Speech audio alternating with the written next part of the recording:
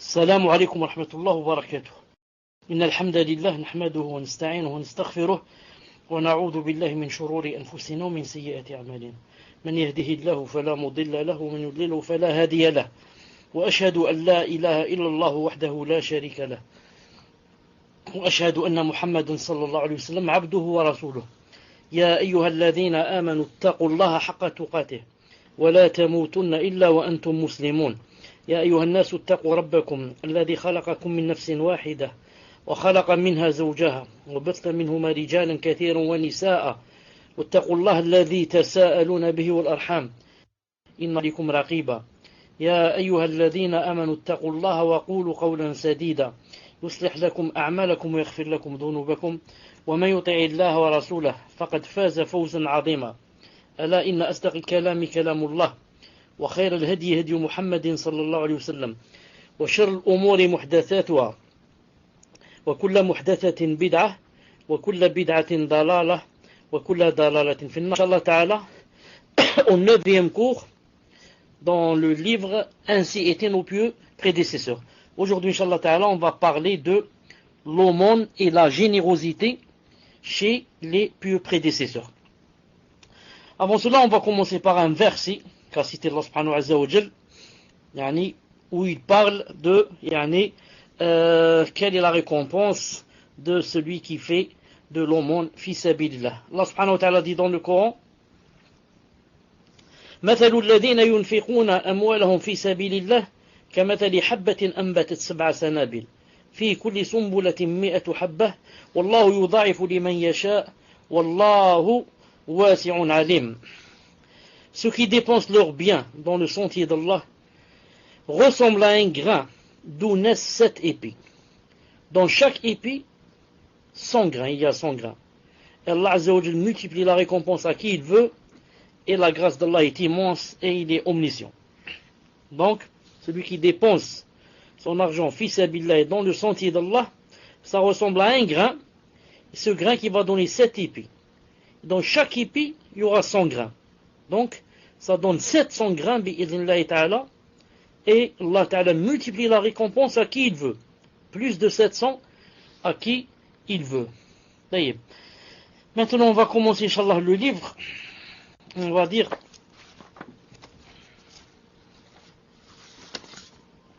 Bismillah ar-Rahman ar-Rahim, wassalatu wassalam ala ashraf al-mursalin. Nafi', le valet de Abdullah ibn Omar ibn Khattab, radiyallahu ta'ala anhuma, rapporte de Ibn Omar, le grand sahabi. Il a dit, le sahabi est très connu, il a dit: Ibn Omar rahimahullah est mort après avoir affranchi 1000 hommes ou plus. Car c'était son valet, il vivait donc avec lui, donc il savait ce qu'il faisait. Il a dit: Ibn Omar radiyallahu ta'ala anhu est mort après avoir affranchi 1000 hommes ou plus. Et c'est pas la peine de vous dire que affranchir un esclave, ce n'est pas facile. Ça demande beaucoup d'argent. Autrefois, pour affranchir un esclave, ça demandait assez d'argent. Et pourtant, Abdullah ibn Omar est mort après avoir affranchi 1000 hommes ou plus. Ça montre aussi que l'islam n'est pas venu pour demander l'esclavage. Par contre, il est venu pour affranchir les esclaves et rendre les gens libres bi'idhnillahi ta'ala. Nafi' rahimahullah rapporte. Il a dit: Ibn Omar désira une fois un poisson. Ibn Omar radiyallahu ta'ala anhu désira un poisson. Alors je lui ai acheté un poisson que j'ai grillé et posé devant lui. Alors, j'ai acheté un poisson que j'ai grillé et posé devant lui. À ce moment, quelqu'un vint demander l'aumône. À ce moment, un mendiant est venu demander l'aumône. Alors, Ibn Omar ordonna qu'on lui donne le poisson tel quel. Sans y avoir goûté. Sans y avoir même pas goûté. On proposa alors à Ibn Omar de donner à ce pauvre, au lieu du poisson, ce qui est alors plus importante. Mange le poisson, muhim, tu l'as souhaité, tu as voulu le manger, mange-le. Nous, on va lui donner, Inch'Allah Ta'ala, plus important que le poisson, mais il refusa. Mais il refusa. Pourquoi d'après vous? C'est clair, à cause qu'il y a un verset qui dit comme ça. Allah Azza wa Jalla a dit لن تنالوا البر حتى تنفقوا مما تحبون وما تنفقوا من شيء فإن الله به عليم. C'est-à-dire, vous n'atteindriez vraie piété que si vous faites aumône de ce que vous chérissez. Et Allah a dit, tout ce dont vous faites aumône ou bien largesse, Allah le sait certainement bien. Donc, qu'a dit Allah Ta'ala, jamais tu n'atteindras la piété jusqu'à ce que tu donnes en aumône de la chose que tu aimes. Je dis bien, on n'atteindra pas la piété jusqu'à ce qu'on donne de la chose qu'on aime. Et Allah Ta'ala, alhamdoulilah, n'a pas dit donnez ce que vous aimez, mais il a dit de ce que vous aimez. Je ne suis pas obligé de tout donner, mais je donne une partie de ce que j'aime. Mais des fois, ça tombe que des fois, par exemple, je donne un exemple, c'est tout. Par exemple, maintenant j'ai mes voisins, par exemple, c'est l'été, ou disons c'est l'hiver, c'est la même chose. C'est l'hiver, il fait très froid, par exemple, très froid. Et j'ai, par exemple, un petit chauffage. Et eux, par exemple, ils ont des enfants, ils sont vraiment des pauvres, et ils meurent de froid. Et plusieurs fois, les enfants tombent malades, des voisins, etc. Et moi, j'ai un chauffage, et eux n'en ont pas. Si maintenant, je sais que ils sont vraiment à la recherche, que si quelqu'un pouvait leur offrir, parce qu'ils n'ont pas d'argent. Imaginez que je prenne le mien et que je leur donne, fils abillah, à cause des enfants qu'ils ont, pour qu'ils ne soient pas malades, à cause du grand froid, à cause de ceci, cela, et même si moi, je reste dans le froid. Si je peux faire une chose pareille, c'est que vraiment j'ai atteint la piété. Car j'ai fait largesse et au monde de la chose que je chéris. Pour moi, ce fourneau, je ne sais pas comment ça s'appelle, le chauffage dont je parlais, c'est vraiment une chose à laquelle, qui est chère pour moi. Si je peux la donner, fils abillah et mon privé, c'est que vraiment, j'ai atteint la piété. Regardez ici, Abdullah ibn Omar, il a quoi? Il voulait un poisson. On le lui a ramené grillé. Quand il est là, s'il le voit en train de griller, ça lui donne encore plus appétit de convoiter ce poisson et de le vouloir et de vouloir le manger. Ensuite, il y a quelqu'un qui vient frapper à la porte et au lieu de dire donnez-lui un peu de pain, ou alors donnez-lui un peu de riz, le riz d'hier, ou alors donnez-lui un peu de lentilles, il y a des lentilles d'hier qui sont dans le frigo, donnez-lui un peu. Non, donnez-lui ce poisson-là que je voudrais moi manger, donnez-le lui.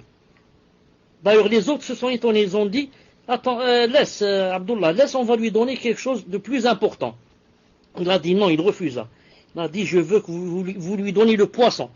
Comme moi j'ai aimé le poisson, je voudrais donc donner ce poisson. Naam. Subhanallah al-Azim.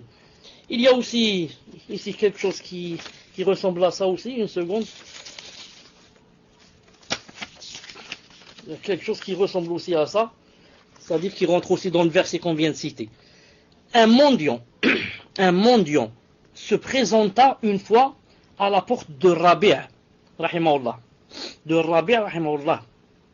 Rabi' ibn Khuthaym, l'un des salaf, l'un des grands salaf, qui dit, qu'est-ce qu'il a dit? Il a dit, nourrissez ce mendiant de sucre.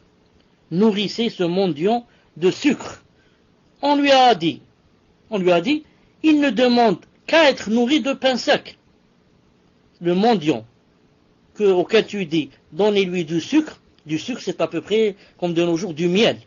Tu nous demandes de lui donner du miel, celui-là justement il n'a demandé que du pain sec. Il a dit, nourrissez-le de sucre, car Rabi', c'est-à-dire car Rabi' aime le sucre. Allahu Akbar. Nourrissez-le de sucre, car Rabi', car moi j'aime le sucre. Comme j'aime le sucre à moi-même, je l'aime pour autrui. Voilà comment, bi'idhnillah azza wa jal, atteindre la piété. J'arrête une seconde ici car j'ai oublié J'ai oublié de lire la date d'aujourd'hui. Donc, nous sommes, bi'idhnillahi ta'ala, samedi, naam. Donc, nous sommes mercredi, 21 Muharram 1434 de l'Hégire, c'est-à-dire le 5 décembre 2012, bi'idhnillahi subhanahu wa ta'ala. Abu Aliya, rahimahullah, rapporte, a dit, j'ai été chez Aïcha, Aïcha notre mère, radiyallahu ta'ala anha, la pure, la sainte, alors que des femmes se trouvaient chez elle, lorsqu'un mendiant vint la trouver, Aïcha, radiyallahu ta'ala, et elle ordonna qu'on lui donne un grain de raisin. Elle ordonna alors qu'on lui donne un grain de raisin. Les femmes qui étaient assises autour d'elle s'étonnèrent. Alors elle dit, il contient de nombreux pépins.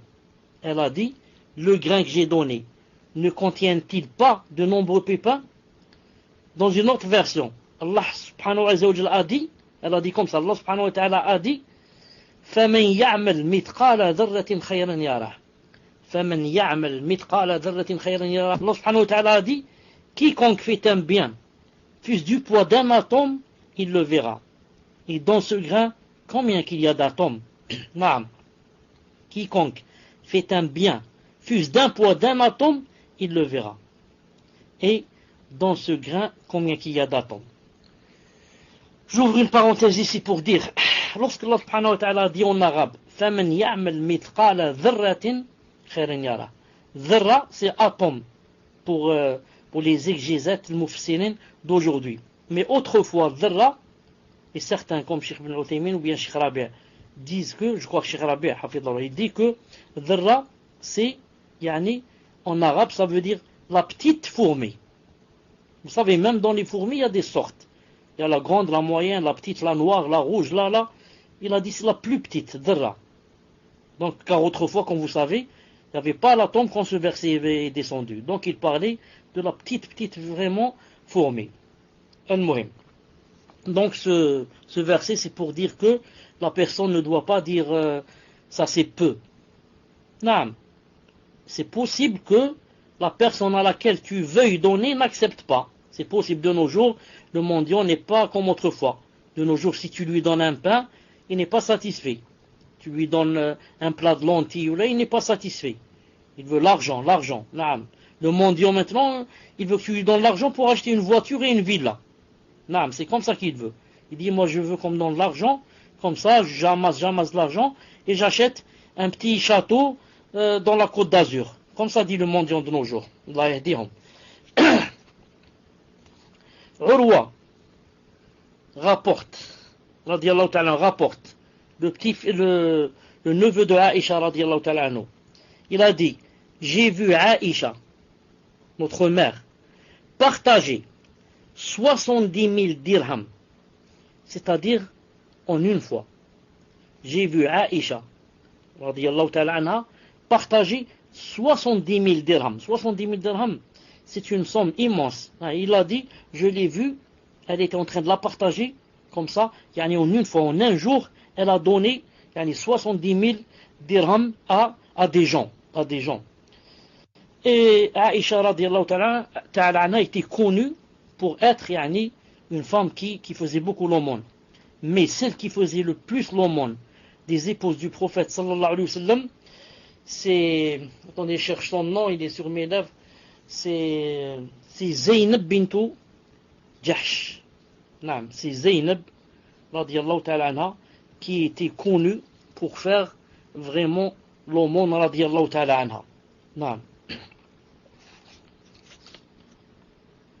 Jabir ibn Zayd rahimahullah a dit, je préfère donner en aumône un dirham à un orphelin.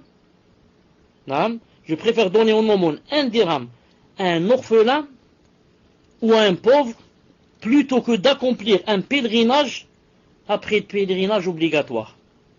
Je préfère donner un dirham ou bien à un orphelin ou bien à un pauvre plutôt que de faire un pèlerinage surérogatoire. Car ils connaissent c'est quoi le statut de faire l'aumône. Ibn al-Manhal al-Ta'i rapporte, il a dit que Ali ibn al-Hussein, lorsque Ali ibn al-Hussein, vous connaissez tous, radiallahu ta'ala, le fils de Ali, il a dit lorsque Ali ibn al-Hussein donnait une aumône à un mendiant, il l'embrassait d'abord puis l'a donnée. Lorsque Ali ibn al-Hussein donnait une aumône à un mendiant, il l'embrassait d'abord puis la lui donnait. Dans une autre version, il y a un salaf comme ça, j'ai lu que lorsqu'il voulait donner une aumône, il la parfumait d'abord. Il parfumait d'abord l'aumône. Il mettait un peu de parfum ou de musc sur l'aumône. Quand on lui a dit pourquoi tu fais ça, il disait je la parfume car je sais qu'avant qu'elle ne soit mise, cette aumône, qu'avant qu'elle ne soit mise dans les mains du pauvre, elle sera d'abord mise dans les mains d'Allah. En fait, toi quand tu donnes l'aumône au pauvre, elle va où? Elle va chez Allah subhanahu wa ta'ala qui va te la cacher pour le jour de Yawm al-Qiyamah. Donc, elle commence par Allah subhanahu wa ta'ala, ensuite, c'est l'autre qui la prend, car s'il la décide qu'il ne va pas la prendre, il ne va pas la lui donner. Avant que tu la mettes dans ses mains, il tombe mort, il ne va pas la prendre. Il a dit alors, je parfumerai l'aumône, car je sais que d'abord, elle sera mise dans les mains d'Allah subhanahu wa ta'ala. Ensuite, elle sera mise dans les mains du pauvre. Ibrahim ibn Bashar, rahimahullah, a dit, je suis passé en compagnie de Ibrahim ibn Adham dans une ville appelée Tripoli, Tarabulus. Alors que j'avais avec moi 2 miches de pain. Et que nous ne possédions rien d'autre. Un mendiant arriva et Ibn Adham me dit, il m'a dit, donne-lui. L'autre a dit, je me suis arrêté, c'est-à-dire j'ai pas donné. Et il me redit, qu'as-tu? Donne-lui. Il a dit, je lui ai donc donné un miche de pain, ou bien les miches, en m'étonnant de son acte. Comment je vais donner les 2 miches de pain alors que nous sommes 2, on va rester sans pain. Il me répondit, Ibn Adham me répondit, ô Abu Ishaq, tu verras demain ce que tu n'as jamais vu. Demain, c'est-à-dire quand tu vas rencontrer Allah Azza wa Jal, tu verras ce que tu n'as jamais vu. Et sache que tu verras ce que tu as donné et non ce que tu as gardé. Et sache que tu verras demain chez Allah subhanahu wa ta'ala, qu'est-ce que tu verras? Ce que tu as donné. Et non pas ce que tu as, quand l'ordre de ton Seigneur va te surprendre. Non, mais on va te t'ôter l'âme. Ces propos, il a dit, me firent pleurer et mépriser ce bas monde.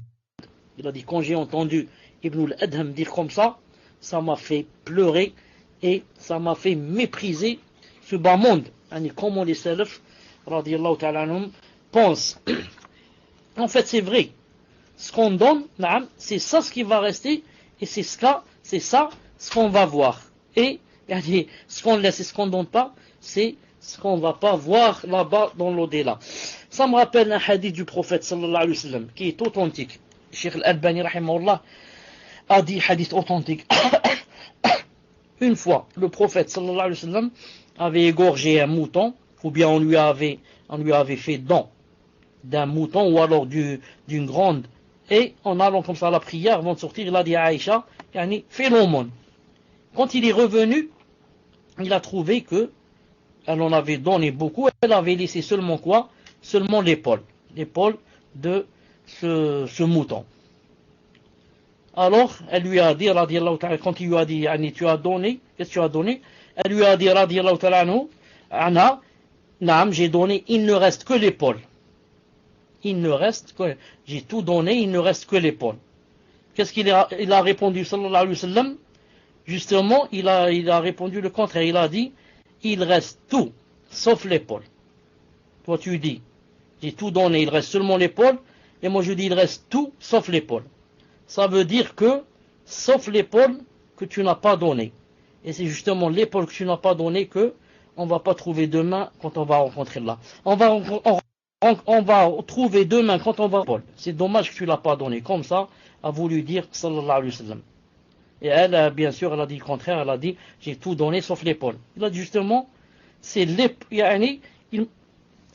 Tu n'as rien donné sauf l'épaule. Ou alors quelque chose comme ça. Tout ce que tu as donné, d'accord, mais il reste l'épaule. L'épaule que tu n'as pas donnée, c'est celle-là qu'on ne va pas trouver quand on va rencontrer Allah subhanahu wa ta'ala. Muhammad ibn Ka'b al-Quradi. Muhammad ibn Ka'b al-Quradi, rahimahullah, possédait des biens à Médine. Une fois, des biens lui parvinrent, d'autres biens. Alors on lui dit, garde-les pour ton fils. Garde ces biens pour ton fils, demain, tu vas grandir, mashallah, il va trouver ses biens, etc. Il a répondu, non, je les garde pour moi auprès de mon Seigneur. C'est-à-dire, je vais les donner pour les trouver demain quand je rencontre mon Seigneur. Non, je les garde pour moi auprès de mon Seigneur et je laisse mon Seigneur à mon fils. Subhanallah al-Azim. Ces biens-là, je les garde pour moi auprès de mon Seigneur et je laisse mon Seigneur à mon fils. Je laisse mon Seigneur à mon fils. Al-Ahnaf ibn Qais rahimahullah vit un dirham dans la main d'un homme et il lui demanda, pour qui est-ce? Pour qui est ce dirham? Il répondit, pour moi. Il lui dit alors, il n'est pour toi que si tu le dépenses pour obtenir une récompense ou en ce qui sera une forme de reconnaissance. Non. Ne dis pas de cet argent, de l'argent que tu as, qu'il est pour toi. Il ne sera pour toi que s'il est dépensé fi sabilillah. Car s'il ne sera pas fi sabilillah, il ne sera pas pour toi. La preuve, demain tu ne vas pas voir cet argent. Non. C'est-à-dire les récompenses que si tu l'avais donné fi sabilillah, tu aurais trouvé demain des récompenses devant Allah subhanahu wa ta'ala. Donc tant que cet argent ne va pas fi sabilillah, tu ne peux pas dire qu'il est vraiment pour toi. Il peut même être contre toi. Tu pourrais même trouver quoi? Des péchés demain devant Allah subhanahu wa ta'ala, pour avoir fait des péchés avec cet argent. Al-Hassan al-Basri, rahimahullah, a dit, Hassan al-Basri, rahimahullah, a dit, très connu, il a dit, quels bons esclaves sont le dinar et le dirham. Ils ne te sont utiles que lorsque tu t'en sépares. C'est vrai, Allahu Akbar. Quels bons esclaves sont le dinar et le dirham. De vrais esclaves. Ils ne te sont utiles que lorsque tu t'en sépares. Si tu t'en sépares, c'est là que, alhamdoulilah, ils t'ont été utiles. Surtout, bien sûr, si tu t'en es séparé de fissabillah. On est dans fissabillah. Là, vraiment, ils t'ont été utiles. Sinon, tu deviens leurs esclaves. La personne devient leurs esclaves. Car du matin au soir, elle ne pense qu'à eux, qu'est-ce qu'elle va faire, qu'est-ce qu'elle va acheter avec, ceci, cela. Elle devient un esclave. C'est pour ça que le prophète, sallallahu alayhi wa sallam, a dit dans un hadith authentique, vous connaissez tous, je pense, il a dit, Ta'isa abdul dinar. Malheureux est l'esclave du dinar. Ta'isa abdul dirham. Malheureux est l'esclave du dirham. Ta'isa abdul khamila. Ta'isa abdul qatifa. Malheureux est l'esclave de la soie. L'esclave du satin, je crois aussi, il a dit. Naam. Il y a des gens qui sont vraiment esclaves du matériel en général et de l'argent en particulier. Ils sont des esclaves. Naam. Ici, le hadith a dit abd, l'esclave, Allah. Abd, ou alors l'adorateur de l'argent, au point où il devient son esclave.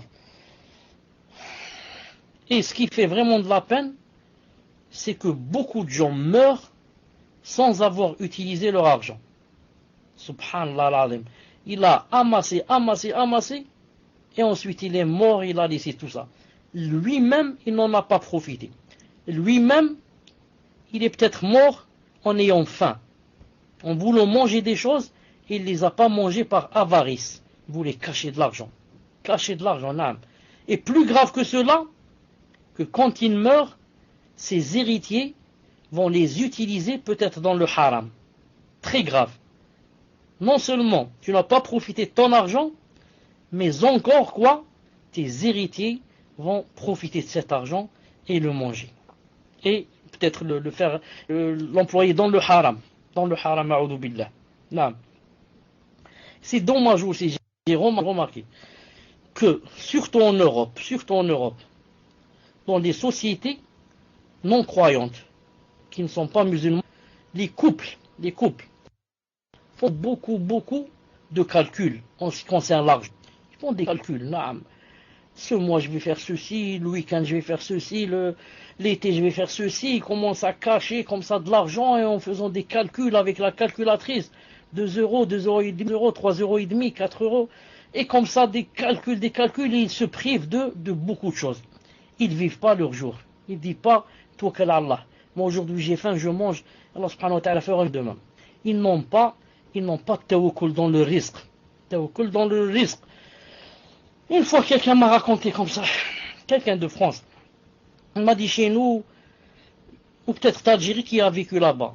Il m'a dit qu'il y a dans le, comment ça s'appelle ça, ici on appelle chez nous supermarché, etc. En France, il y a des tablettes de chocolat. Tu achètes une tablette de chocolat, il a dit, il y a à l'intérieur un emploi du temps. Il m'a dit, et on colle l'emploi du temps sur le mur. Lundi, tu manges un morceau, je sais pas, à 8 heures du soir. Mardi, tu manges un morceau. Jeudi, tu manges un morceau. Je lui dis, c'est quoi ça, subhanallah, c'est quoi ça? Voilà, laisse-moi manger, j'ai faim, moi je mange. Oui, tous les demain, Allah subhanahu wa ta'ala apportera un nouveau risque. C'est quoi, je mangeais avec l'emploi du temps? Astaghfirullah, c'est quoi? J'ai peur du risque, donc j'ai pas le tawakkul. Non, j'ai peur.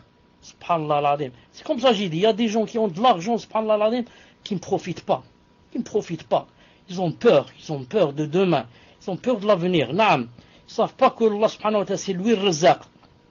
Et que le risque vient, naam, quand c'est écrit, il va venir. Le prophète sallallahu alayhi wa sallam a dit dans un hadith authentique. En ce sens, où il a dit alayhi sallam que le risque, ce que Allah Ta'ala t'a écrit comme risque, comme argent, comme bien, comme, il a dit, court derrière l'être humain plus que ne court la mort derrière lui. Allahu Akbar. Le risque court derrière toi. Ce que Allah Ta'ala t'a écrit court derrière toi pour que tu le prennes. Plus que la mort ne court derrière toi. Est-ce que quelqu'un peut sauver de la mort? La mort est derrière nous, elle court pour nous attraper. Le jour venu, elle va nous attraper. Est-ce que quelqu'un peut sauver? C'est impossible. Il a dit le risque, c'est plus que la mort. Tu ne mourras pas, comme a dit alayhi salam, aucune âme ne mourra jusqu'à ce qu'elle prenne son risque que Allah Ta'ala a écrit. Aucune âme ne mourra jusqu'à ce qu'elle prenne son risque, comme a dit le prophète alayhi salam. Ensuite il a dit fajmilu fi talab. Alors si vous demandez le risque, il a dit embellissez-vous dans la demande, faites une belle demande. C'est-à-dire qu'il ne faut pas demander le risque en faisant le haram, en s'avilissant, en s'humiliant, en volant, en escroquant. Non, le risque, tu ne pourras pas mourir avant que tu ne prennes ton risque. Jamais tu ne mourras. Donc, le risque va venir. Alors demande-le d'une belle façon. Allah Ta'ala a bien dit dans le Coran, wa fis sama'i rizqukum. Et dans le ciel se trouve votre risque. Wa fis sama'i rizqukum. Il t'a dit, il est dans le ciel pour que tu fasses le tawakkul, pour que Allah Ta'ala te le fasse descendre. Et pour que tu n'aies pas peur, pour que tu dises pas, il est chez les gens. Mon risque est chez les gens. J'ai peur qu'ils ne le donnent pas. Non, Allah Ta'ala t'a dit, wa fis sama'i rizqukum. C'est dans le ciel qu'il y a ton risque. Il n'est pas chez les gens en bas. C'est pas la peine de t'aviler et d'aller pleurer chez les gens. Il est dans le ciel. Fais des doigts pour que Allah Ta'ala te le descende. Fais des doigts et fais des démarches, bien sûr. Et Allah Ta'ala te le fera descendre, bi'idnillahi ta'ala. طيب. Yahya ibn Mu'adh a dit, rahimahullah, je ne connais aucun grain pesant aussi lourd que les montagnes de ce bas monde, si ce n'est le grain donné en aumône. Aucun grain n'est aussi lourd que les montagnes de cette dunya. Sauf quoi? Sauf le grain que tu donnes, fi sabilillah. Celui-là, il est vraiment lourd. Naam.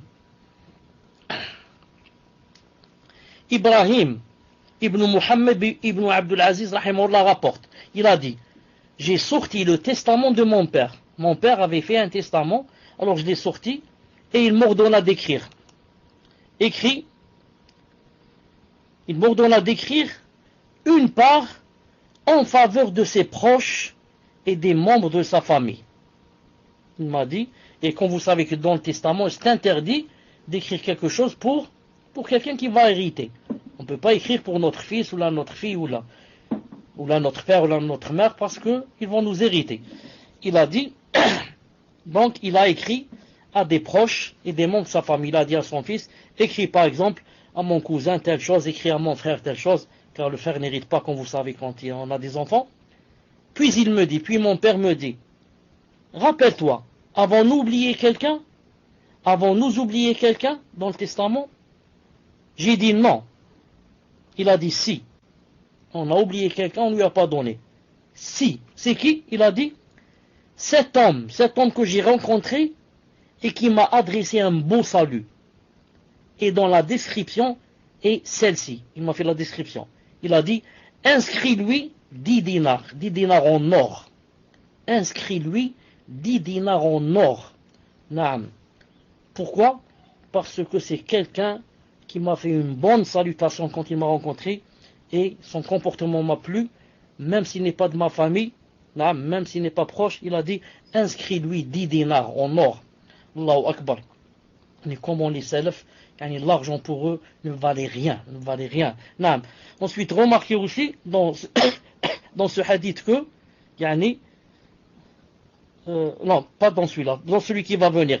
Celui-là, Ata rahimahullah a dit, écoutez ce qu'il a dit, il a dit, un dirham que je donne à un proche, mais préférable à un dinar que je donne à un nécessiteux. Pourtant, vous savez, le dinar, c'est 12 dirhams. Le dinar, c'est 12 dirhams. Il a dit, un dinar que je donne à un proche, mais préférable à un dinar que je donne à un nécessiteux. Ensuite, il a dit, oh Abu Abdurrahman. L'autre, il lui a dit, oh Abu Abdurrahman, même si ce proche est aussi riche que moi, il a dit, même s'il est plus riche que toi. Il a dit, moi, quand je donne à mes proches, pour mieux, si je leur donne des dirhams, c'est mieux que de donner des dinars en or à qui? À des gens qui ne sont pas proches. Et c'est vrai. On a toujours dit, et plusieurs fois dit que la meilleure aumône, c'était quoi? L'aumône dans les proches.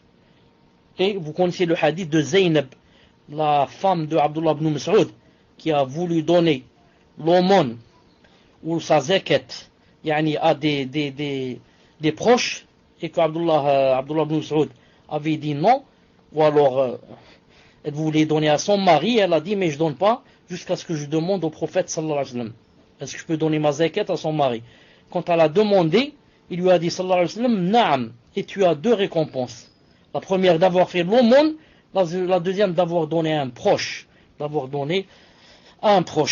D'ailleurs j'ai un hadith devant moi, un hadith authentique ici. Cheikh Al-Albani l'a cité dans Sahih Targhib 1951. Et il a dit, rapporté par Muslim, عن أبي هريرة قال رسول الله صلى الله عليه وسلم, d'après Abu Huraira, le prophète a dit, دينار أنفقته في سبيل الله, il a dit, un dinar que tu donnes في سبيل الله, ودينار أنفقته في رقبة, et un dinar que tu donnes pour affranchir un esclave, ودينار تصدقت به على مسكين, et un dinar que tu donnes pour un pauvre, نعم, ودينار أنفقته على أهلك, et un dinar que tu donnes à tes parents pour acheter des choses, pour dépenser pour tes parents, je veux dire ta famille. Il a dit أعظمها أجرا الذي أنفقته على أهلك. Il a dit le dinar qui va te rapporter le plus de récompenses, c'est celui que tu as dépensé pour ta famille. Allahu Akbar. Vous avez 4 choses. Un dinar que tu donnes fi sabilillah, ou bien celui que tu donnes pour affranchir un esclave, ou bien celui que tu donnes pour un pauvre, ou bien celui que tu donnes pour ta famille. Celui que tu donnes pour ta famille, c'est celui qui va te rapporter le plus de récompenses. Allahu Akbar. La famille. Comme a dit le prophète sallallahu alayhi wa sallam dans un hadith de Bukhari, il a dit, et la cuillère que tu mets dans la bouche de ta femme, si c'est fissabillah, si tu la mets fissabillah, tu auras une récompense pour cela. Ou alors tu auras des récompenses pour cela. La cuillère que tu mets dans la bouche de ta femme. Non. Et certains savants ont pris de ce hadith que le prophète sallallahu alayhi wa sallam voulait parler aussi de comment être doux avec sa femme au point de la faire manger. Comment être doux avec sa femme au point de la faire manger de temps en temps et lui mettre la cuillère dans la bouche. Non. Yahya ibn al-Wuhadi rapporte, rahimahullah, rapporte, il a dit, je n'ai pas vu un homme plus généreux que Ismaïl ibn Ayyash. Lorsque nous lui rendions visite dans sa ferme, il nous proposait toujours du mouton et de la marmelade de date. Je n'ai jamais vu un homme plus généreux que Ismaïl ibn Ayyash. Lorsque nous lui rendions visite dans sa ferme, il nous proposait toujours du mouton et de la marmelade de date. Je dis et je redis, jamais tu n'atteindras la piété jusqu'à ce que, quand les gens viendront te rendre visite à la maison, tu leur donnes de la meilleure chose que tu as préparée. Si jamais tu dis à ton mari ou à tes enfants, surtout les sœurs, je parle aux femmes, c'est elles qui la cuisinent. Si jamais tu dis à ton mari ou à tes enfants, cachons cela pour nous, pour ce soir ou demain, et donnons-leur ce qu'on a préparé hier ou le matin ou là, tu n'atteindras jamais la piété. Tu ne l'atteindras que lorsque tu leur donneras et offriras de la meilleure chose que tu as dans la maison et que tu aimes manger tout seul sans que personne ne vienne manger avec toi. Mais si les invités sont venus, c'est trop tard. C'est là que Allah Ta'ala va t'éprouver. Est-ce qu'il va faire monter ta piété ou il va régresser ta foi si jamais tu vas faire le contraire? Ahmed ibn Hanbal, rahimahullah, il a dit, si la dunya, toute la dunya, le bas monde qu'il y a ici, on pouvait mettre la dunya dans une cuillère, alors je la mettrais dans la cuillère pour la mettre dans la bouche de l'invité. Les invités, ils savent ce que ça veut dire, les invités. Man kana yu'min billahi wal yawmil akhir falyukrim dhayfah. Quiconque croit en Allah et au jour dernier, alors qu'il fasse hôte, ou comment ça fait, j'ai oublié le mot, il a dit à son hôte, qu'il fasse hospitalité à son hôte, celui qui croit en Allah et au jour dernier. C'est pas comme ceux qui, lorsqu'ils ont les invités, qu'est-ce qu'ils disent? Ah, ils sont venus ceux-là. Donc maintenant, comment qu'on va faire? Subhanallah. Il a suffi que je prépare la meilleure chose pour que l'invité vienne. Subhanallah, ça fait des mois qu'ils ne sont pas venus, juste j'ai préparé le gratin avec le poulet, avec la dinde, et ils sont venus. Mais c'est facile, on va leur faire une omelette. On va leur faire une omelette avec des frites. Hein? Une omelette avec des frites, Inch'Allah. Et nous, le soir, quand ils partent, on va manger tout seul. Non, si tu fais comme ça, jamais tu n'atteindras la piété, bi'idhnillahi ta'ala. Non. Ça c'est quoi? C'est l'avarice, a'udhu billah. L'avarice. Comme l'avare. L'avare qui une fois a acheté 3 œufs. Parce qu'il y avait lui, sa femme et son enfant. Donc il a acheté 3 œufs. Pour chacun un œuf. Et il est monté sur la terrasse pour réparer l'antenne de la télé. Et il a glissé, il est tombé. En tombant, il est passé près de la fenêtre de sa femme qui était en train de quoi? De faire cuire les œufs. Il a dit, attention, laisse mon œuf, je vais manger à l'hôpital. Attention, mon œuf, laisse-le, je vais manger à l'hôpital. A'udhu billah.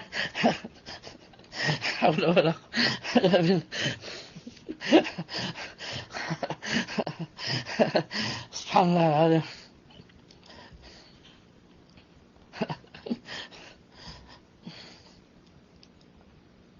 طيب Mujahid rahimahullah a dit, même si un homme dépensait l'équivalent du mont Uhud dans l'obéissance à Allah Azza wa Jal, jamais il ne le regretterait.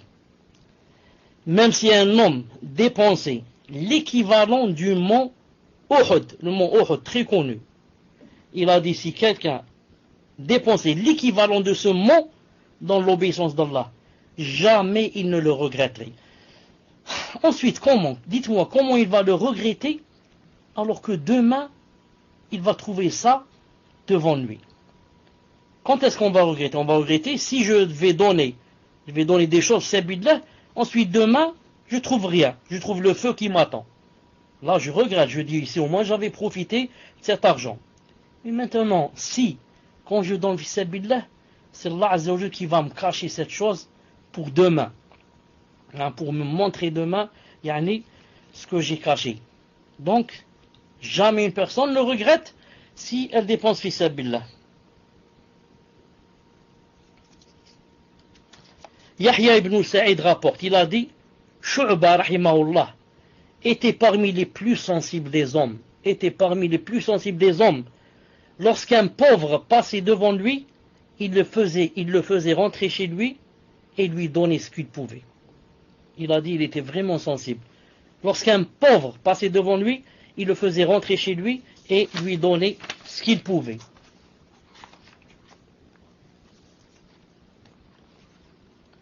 Al-Hassan rapporte, rahimahullah. Il a dit, par Allah, j'ai connu des gens qui ne repoussaient pas un mendiant sans lui avoir donné quelque chose. Et ils interdisaient à leur famille de repousser un mendiant. J'ai connu des gens qui ne repoussaient pas un mendiant sans lui avoir donné quelque chose. Et ils interdisaient à leur famille de repousser un mendiant. Regardez le hadith que je vais citer, qui va venir. قال عليه الصلاة والسلام. Le hadith se trouve dans le Sahih ibn Hibban de Sheikh al-Albani, numéro 3363. Le prophète a dit quoi? Il a dit رد السائل ولو بظلف محرق. رد السائل ولو بظلف محرق. Ça veut dire la tarudduh. Il a dit, quand quelqu'un vient demander l'aumône, ne le repoussez pas. Même s'il faut que vous lui donniez un sabot grillé, un sabot brûlé. Vous savez le sabot du mouton, le pied du mouton, ensuite au bas du pied, qu'est-ce qu'il y a? Il y a comme un sabot.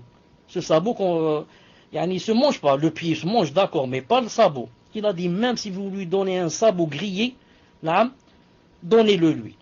Le muhim, ne le repoussez pas, ne le rendez pas les mains vides. C'est comme ça qu'étaient les salaf, rahimahumullah et radiyallahu ta'ala anhum. Il faut dire que appliquer ce hadith de nos jours devient difficile. Pourquoi? Parce qu'il y a des gens qui, tu sais d'avance que ce n'est pas un vrai mendiant. Et tu sais que c'est un escroc qui se cache derrière le mendiant. C'est pas un mendiant, c'est quelqu'un qui est venu ramasser de l'argent pour aller acheter une voiture et pour... D'ailleurs, ils les ont suivis, certains les ont suivis, même la télé, une fois ils ont fait un court-métrage et quelque chose comme ça, un documentaire sur ces gens-là. Une femme, ils l'ont suivi jusqu'à chez elle, ils ont trouvé qu'elle habitait dans un château. Alors qu'elle et ses enfants, chaque jour, qu'est-ce qu'ils font? Ils demandent l'aumône, subhanallah. Je dis, donc ce hadith, inshallah ta'ala, nous on va l'appliquer. On ne rend pas le pauvre, même si on doit lui donner n'importe quoi, on l'applique quand on sent que c'est vraiment un pauvre. Des fois, tu sens comme ça dans ton cœur que cette personne est vraiment pauvre. Si c'est le cas, il ne faut pas lui rendre, même si on doit lui donner le minimum. Mais si c'est quelqu'un qui donne des doutes comme ça, et quelqu'un qui ne nous convainc pas, donc pour nous, ce n'est pas un mendiant, ce n'est pas le mendiant dont a parlé le prophète sallallahu alayhi wa sallam.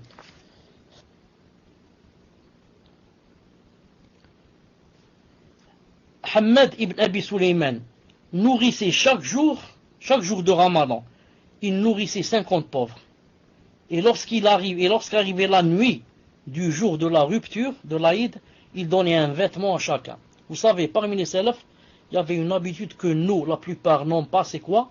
C'est que jamais ils ne mangeaient pendant le Ramadan sans faire nourrir de pauvres. Non, ça n'existait pas chez eux. Chaque fois que c'était la rupture du Ramadan le soir, il y avait toujours quelqu'un yani, un pauvre ou deux qui étaient avec eux à table. C'était une habitude très connue chez les salafs et yani, une habitude qui yani, commence à se perdre. Wal'iyadu billah. Naam. Muhammad ibn Abi Hatim rapporte, il a dit, l'imam al-Bukhari donnait beaucoup. Il a dit donnait beaucoup, fissabillah. Il prenait la main des nécessiteux parmi les adeptes du hadith et leur donnait 20 à 30 dirhams, sans que personne ne s'en aperçoive. Il ne quittait jamais sa besace et je l'ai vu plusieurs fois donner à un homme une bourse contenant 300 dirhams. Bukhari rahimahullah. Vous croyez que, yani comme ça, yani par hasard il est devenu comme ça, yani Amir al-Mu'minin dans le hadith, un grand savant, et Allah Azza wa Jalla a fait de son livre, le Bukhari, le deuxième livre après le Coran, dans la véracité de ce qu'il contient. Vous croyez que comme ça, c'est venu comme ça, par hasard? Comme le Bukhari, celui-là, un homme qu'on ne connaît pas du côté de la Russie, et que voilà, yani, il a écrit un livre, et ce livre yani, est propagé partout dans le monde. Il n'y a pas qu'un savant, jamais de la vie, il y a un savant qui peut dire quelque chose sans qu'il dise le Bukhari a dit. Bukhari a dit dans son Sahih. D'où tout cela? D'où? La piété, la piété. Comment qu'ils faisaient avec leur argent, comment qu'ils faisaient avec leur temps, comment qu'ils faisaient yani, avec les biens qu'Allah Ta'ala leur a donnés.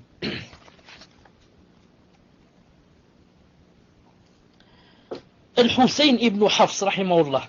Al-Hussein ibn Hafs, rahimahullah. Est-ce que vous m'entendez? Alhamdulillah. Al-Hussein ibn Hafs, rahimahullah, gagnait chaque année 100 000 dirhams. Gagne 100 000 dirhams. Et malgré tout, il n'a jamais fait la zakat. Allahu Akbar. Pourquoi? Il gagne 100 000 dinars et fait jamais la zakat. Naam. Pourquoi? En raison des dons qu'il faisait aux savants du hadith et aux adeptes de la science. En raison des dons qu'il faisait aux savants du hadith pour propager et aux adeptes de la science pour qu'ils apprennent la science et la propagent. Parce qu'il sait que s'il donne à cela, il va avoir la récompense avec lui aussi. Donc il n'a jamais fait la zakat. Pourquoi il ne fait pas la zakat? Son argent ne reste pas chez lui. Il n'amasse pas. Des années. Non. Avant que la zakat ne vienne, il n'a plus l'argent qu'il a. Plus l'argent. Non. Pourquoi? Parce qu'il donnait de grands dons fi sabilillah. Il donnait des dons fi sabilillah. طيب. Rabi' rahimahullah rapporte. Il a dit, je me suis marié. Et Shafi'i me demanda. Imam ici tous. Il m'a demandé. Combien tu avais donné de dot? La dot, combien tu as donné? Il a dit, répondit 30 dinars. Ma dot c'est 30 dinars, dont 6 tout et les 24 après. Il a dit, alors il me donna 24 dinars. Même Shafi'i. Il a demandé à quelqu'un, c'est combien ta dot? 30. J'ai donné 6 et j'ai 24. On va dire, voilà 24 maintenant. Et il lui a donné 24 dinars de suite. Ah, un dinar en or. 24 dinars en or. Non. Imam Shafi'i. C'est pas n'importe qui pour devenir imam comme ça. Sha'ba, rahimahullah. Attendez une seconde. Shayba ibn Nu'ama rapporte, rahimahullah, il a dit, Ali ibn al-Hussein était connu pour être pingre. Mais lorsqu'il est mort, on s'est aperçu qu'il nourrissait 100 familles de Médine. Jarir rapporte, lorsqu'il décéda, on vit sur son dos les traces des fagots qu'il portait de nuit aux pauvres. Allahu Akbar. Il paraissait pingre, mais lorsqu'il est mort, on a trouvé, alors on s'est aperçu qu'il nourrissait 100 familles de Médine. 100 familles, naam, il les nourrissait billah ta'ala. Et lorsqu'il descend, on vit sur son dos les traces des fagots qu'il portait aux pauvres. Allahu Akbar. Naam. Moi je connaissais quelqu'un, peut-être je vous ai parlé de lui, peut-être je vous ai parlé de lui, Allahu Alam. Est-ce que vous m'entendez d'abord? Alhamdulillah. Je connaissais quelqu'un, cette personne, naam, c'était connu que quelqu'un qui aimait vraiment le din, et appliquer. Et une personne à laquelle Allah subhanahu wa ta'ala avait donné, était assez riche, pas très riche, mais assez riche. Mais elle faisait beaucoup, de dons fissabillah. Beaucoup de dons fissabillah. Et moi, j'atteste que cette personne, je l'ai vue, des fois, quand j'étais avec elle, qu'on était par exemple assis dans un café, et que il me dit attends une seconde, une minute, je reviens. Il sort dehors et il donne une enveloppe à un homme comme ça qui vient, qui a rendez-vous avec lui pour lui donner chaque mois une enveloppe. Ensuite une autre fois, une femme qui vient. Il sort dehors, il lui donne l'enveloppe, mais il me dit pas, mais moi je l'ai remarqué. J'ai une seconde, je reviens. Il sort, il donne l'enveloppe, il revient. Et c'était le genre qui vraiment n'aimait pas qu'on voit ce qu'il faisait, et encore moins qu'il ne parlait sur ce qu'il faisait. Donc il y a des gens comme ça qui ont vécu pour Allah subhanahu wa ta'ala et qui leur argent l'ont donné la plupart fissabillah azza wa jal, parce qu'ils avaient la certitude dans le cœur, la certitude que cet argent n'allait pas se perdre, que Allah subhanahu wa ta'ala allait le rembourser dans cette vie avant l'au-delà. Cette personne dont je vous parle, moi je l'ai vu de mes yeux quelques fois. Donc ce que je n'ai pas vu, sûrement que c'est beaucoup plus que cela. Et cette personne, une fois, a décidé de prendre 6 personnes. Cette personne dont je vous parle, cet ami, une fois a décidé de prendre 5 ou 6 personnes avec elle pour le Hajj. Allahu Akbar. Le Hajj. Il prend 5 ou 6 personnes avec lui. Et ils sont allés en voiture. Et en cours de route, ils ont fait un accident. Et cette personne est morte. Rahimahullah, il est mort. Il a été enterré à Tabouk. Tabouk, où il y a eu la fameuse bataille de Tabouk. Naam, Allahu Akbar, il est mort là-bas. Cette personne, puisqu'on parle de cette personne, donc on continue, Inch'Allah Ta'ala, aussi de parler sur elle, pour savoir que les salafs ont existé de tout temps, rahimahullah. Cette personne, une fois, écoutez bien ça, une fois, quand j'ai eu mon baccalauréat, avant d'avoir mon bac, j'étais professeur d'allemand, j'enseignais dans un CEM. Quand j'ai eu mon bac, pour la première fois en Algérie, on a mis à la fac, on a ouvert spécialité Sharia. Pour la première fois en Algérie, spécialité Sharia. Or, j'enseignais allemand dans un CEM. Et aller étudier Sharia, ça ne peut pas marcher. Pourquoi? Parce que tu ne peux pas. Il faut être ou bien ici ou bien là-bas. Il faut être ou bien au CEM pour enseigner ou bien à la fac. Tu ne peux pas être les deux à la fois. Donc j'ai été pendant un mois ou la semaine où vraiment c'était difficile. Est-ce que je dois quitter le CEM pour la fac? Est-ce que j'abandonne la fac? Enfin, je ne m'étais pas encore inscrit. Mais j'étais marié avec un enfant. Donc comment je fais? Je vais rester comme ça sans travail et étudier. Vraiment, je voulais étudier la Sharia. Vraiment, je voulais étudier la Sharia. À fond, vraiment à fond. Ensuite, cet ami, celui-là dont je vous parlais, qui est mort à Tabouk et qui donnait des enveloppes.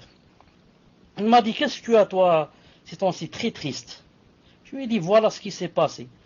Maintenant, je veux étudier à la fac. Et en même temps, je peux pas enseigner, donc concilier entre les deux, c'est difficile. Il m'a dit, combien on te donne au CEM? J'ai dit à l'époque c'était 1000 dinars ou 1500, quelque chose comme ça, j'ai oublié. Il m'a dit, et si je te donne, combien tu vas enseigner? J'ai dit 4 ans pour la licence. Il m'a dit, et si je te donne chaque mois l'équivalent de ce qu'on te donne au CEM, est-ce que tu acceptes d'arrêter le CEM? Je lui ai dit, c'est normal, si je trouve moi comment étudier et ne pas enseigner, je dirais pas non. Il m'a dit, alors réfléchis, si tu veux, arrête l'enseignement, et c'est moi qui te paye les études, bi'idhnillahi ta'ala. J'ai fait l'istikhara, j'ai dit donc j'arrête. Allah Ta'ala m'a donné une occasion pour apprendre la Sharia, c'est une occasion en or. Ensuite il m'a dit, écoute, est-ce que tu veux que je te donne chaque mois l'équivalent de ce qu'on te donnait, ou bien tu veux que je te donne 4 années à la fois? Je te donne maintenant la paye de 4 années à la fois. Allahu Akbar. J'ai dit non, barakallahu fik. Si tu me donnes 4 années à la fois, je risque de les dépenser. Je risque de les dépenser. Je préfère que chaque mois, tu me donnes l'équivalent d'un mois. Et comme ça, pendant 4 années, j'ai étudié la sharia, bi'idhnillahi subhanahu wa ta'ala, grâce à lui. Après Allah subhanahu wa ta'ala. Grâce à lui, bi'idhnillahi subhanahu wa ta'ala, parmi les gens. Donc, quand j'ai terminé la sharia, j'ai voulu faire un magistère. Il m'a dit, c'est la même chose pour le magistère. Je lui ai dit non, parce que maintenant, Inch'Allah ta'ala, je peux travailler. Et je peux travailler. Cheikh, c'est une même personne avec qui au début, vraiment, vous avez répondu. Non, c'est pas lui. Non, c'est pas lui. C'est pas la même personne. Al-Muhim. Ce que je veux dire. Ensuite, quand j'ai fait le magistère, sur ma thèse, ma thèse, la préface, j'ai fait ce qu'on appelle la dédicace, quelque chose comme ça. Yani, il y a son nom. Yani, à mon cher frère X qui m'a aidé pour les études, etc. et qui est mort, rahimahullah. Yani, en prenant avec lui 5 personnes qui sont mortes toutes là-bas, yani, à Tabouk. Al-Muhim, lui, pourquoi il a fait ça? Est-ce qu'à cause de moi, parce que moi je suis mignon, je suis beau, je suis... Il a fait ça parce qu'il savait que s'il faisait ça, ensuite, toute parole que je dirai, il partagera avec moi les récompenses. Si ce n'est pas, il prend plus que moi. Parce que s'il ne m'avait pas donné, je n'aurais pas fait sharia.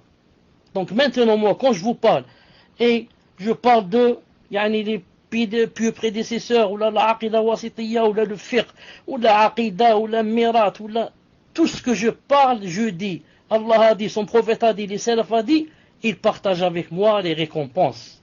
Non, il partage avec moi les récompenses. Car il a été la cause, rahimahullah. Il a été la cause, rahimahullah, de, de ma licence de sharia, bi'idhnillah subhanahu wa ta'ala. Puisse Allah subhanahu wa ta'ala l'englober dans sa miséricorde. Qu'il est mort maintenant. Puisse Allah subhanahu wa ta'ala l'englober dans sa miséricorde.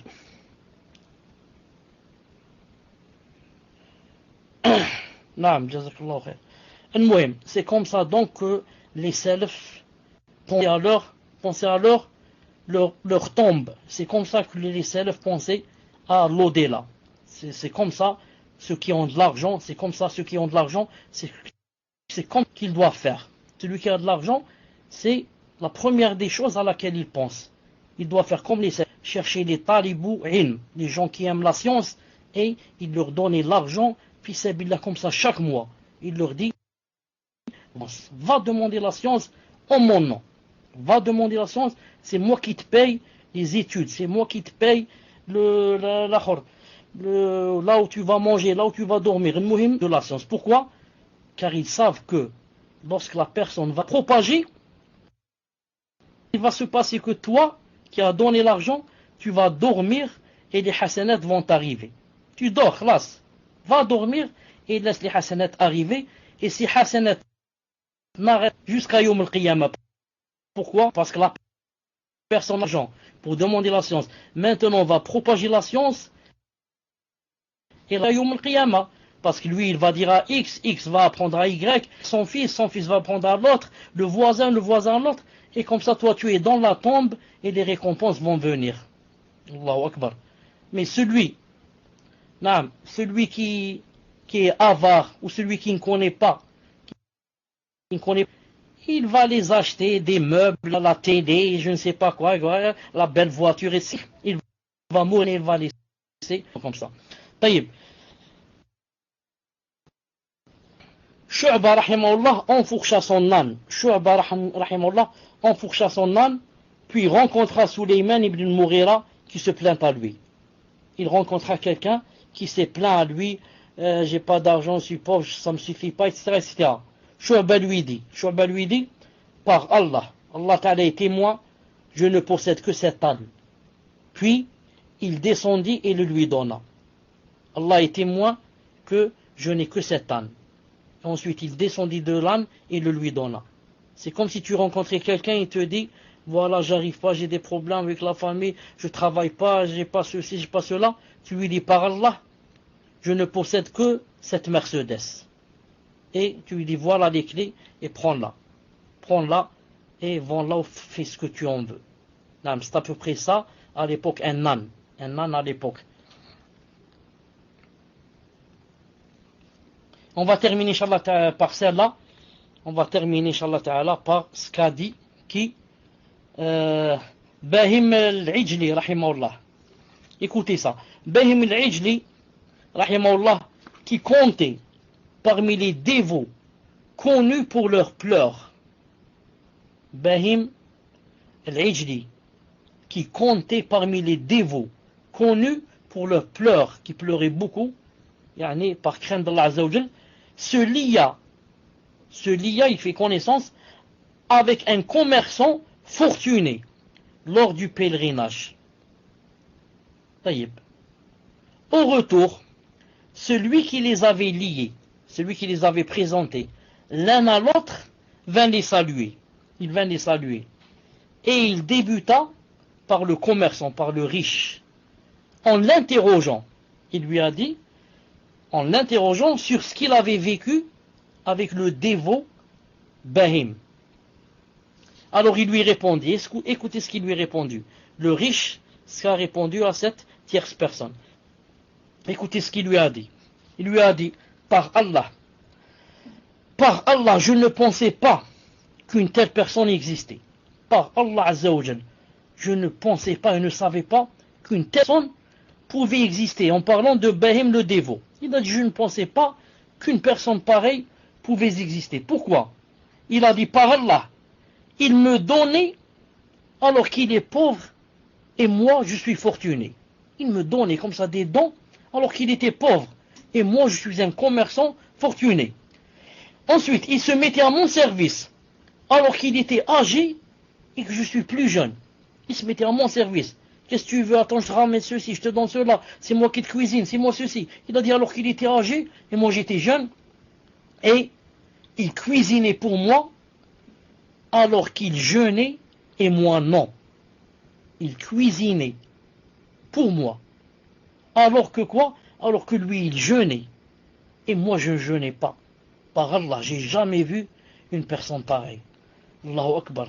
Vous avez vu les salafs? Allahu Akbar. Dans leur comportement, ils étonnaient les gens.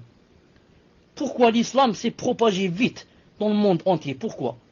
À cause des doros, vous croyez? À cause des khutbah et des doros et des livres et ce qu'ont écrit les savants? Allah l'Adim, c'est pas pour cela. C'est le comportement des gens. Quand tu es avec quelqu'un, il voit ton comportement, il s'étonne. Il demande, c'est quoi ça? Tu lui dis, ça vient pas de moi ni de mon père. Ça c'est l'islam. C'est Allah Ta'ala qui nous a dit de faire comme ça. C'est le prophète Islam qui nous a dit de faire comme ça. Il va vite rentrer dans le din. Si tu vois sur YouTube les gens qui se reconvertissent en Australie, en Amérique, dans le Texas, tous ils vont dire à cause du bon comportement. On dit subhanallah al-azim. Ils voient seulement le bon comportement. Pour ne pas aller loin, il y a quelqu'un que vous connaissez peut-être sur YouTube qui s'appelle Youssef Isti ou quelque chose comme ça. Un Américain qui est rentré en islam, qui faisait la da'wa au christianisme, etc. Quand j'ai lu, quand j'ai suivi sur YouTube comment il est rentré en islam, il a dit en connaissant un Égyptien, un musulman, c'est tout. Et il a dit, je l'ai ramené pour vendre avec moi, il a dit j'ai caché comme ça des choses qui sont pas bien derrière, et j'ai mis les belles choses avant, je lui ai dit vends ça, il m'a dit non, moi je fais pas comme ça. J'ai dit pourquoi? Il a dit en islam c'est interdit, il a dit ma religion m'interdit de faire comme ça, de berner les gens et de les tromper. Il a dit ça lui a fait un déclic, Donc c'est surtout le comportement qui attire les gens vers l'islam. Ce n'est pas le fait de savoir parler ou de savoir citer des hadiths ou. Les hadiths, etc., tu les trouves, tu en as besoin quand tu veux expliquer, quand tu veux faire la da'wa, quand. Mais pour attirer vers l'islam, il faut surtout avoir un bon comportement. Voilà, Inch'Allah Ta'ala, j'arrête ici, bi'idhnillahi Ta'ala. Puisse Allah subhanahu wa ta'ala nous aider à être généreux, puisse Allah subhanahu wa ta'ala nous aider à vaincre l'avarice, puisse Allah subhanahu wa ta'ala nous aider à nous aider. C'est pas il nous aide il nous aide pour qu'on nous aide nous-mêmes, pour qu'on fasse quelque chose qu'on trouve demain. Subhanallah al-Azim. Ce que tu donnes, c'est pour toi. Ce que tu donnes, c'est pour toi, c'est pas pour un autre. Comme dit Allah Ta'ala, يوم تجد كل نفس ما attendez, j'ai oublié le verset. كل نفس ما أحضرت من نفس المهم, Allah subhanahu wa ta'ala dit, le jour où chaque personne trouvera ce qu'elle a donné présent devant elle. Voilà, يوم تجد كل نفس ما قدمت من خير محضرة ما عملت من خير محضرة وما عملت من سوء. نعم. Donc c'est le jour où la personne trouvera ce qu'elle a présenté devant elle. Donc ce qu'on fait c'est pour nous, mais nous le shaitan ne nous laisse pas, l'avarice ne nous laisse pas, notre nefs ne nous laisse pas, elle ne nous laisse pas faire le bien pour profiter de ce bien. Subhanallah, moi je veux faire du bien pour trouver demain dans ma tombe, et le shaitan ne me laisse pas, et l'avarice ne me laisse pas. Ils veulent quoi? Ils veulent ma perdition, a'udhu billah. Puisse Allah subhanahu wa ta'ala nous vaincre sur eux. سبحانك اللهم وبحمدك أشهد أن لا إله إلا أنت أستغفرك وأتوب إليك. Je vous donne 5 ou 10 minutes, Inch'Allah Ta'ala, on commence les questions. Salam alaikum, cher, qu'Allah vous fasse miséricorde. Est-ce que lors d'un repas de noces, c'est préférable obligatoire d'inviter des personnes en précarité, ou alors ça ne fait pas partie de la sunna? Je dis, Inch'Allah Ta'ala, comme réponse. Alaykoum salam wa rahmatullah wa barakatuh. Je dis, naam, ça fait partie de la sunna. Ça fait partie de la sunna. Le prophète sallallahu alayhi wa sallam a dit quelque chose qui fait peur. Il a dit sharrul walima. Il a dit les pires des fêtes, ou bien la pire des fêtes, c'est la fête à laquelle on invite le riche et on n'invite pas le pauvre. On invite, comme il a dit dans un autre hadith, c'est la fête où on invite celui qui n'a pas besoin de venir et qui est riche et qui mange quand il veut, etc. Et on laisse le nécessiteux, celui qui, c'est une occasion pour lui, pour venir se rencontrer les gens, pour venir manger, venir boire à sa faim. Il a dit c'est la pire des fêtes. Donc, ça rentre, peut-être, je dis, dans le haram, peut-être, si on n'invite pas les pauvres. Maintenant, si c'est pas haram, ça peut être vraiment, ça frise le haram. Si on n'invite pas au moins un pauvre parmi les gens, bi'idhnillahi ta'ala.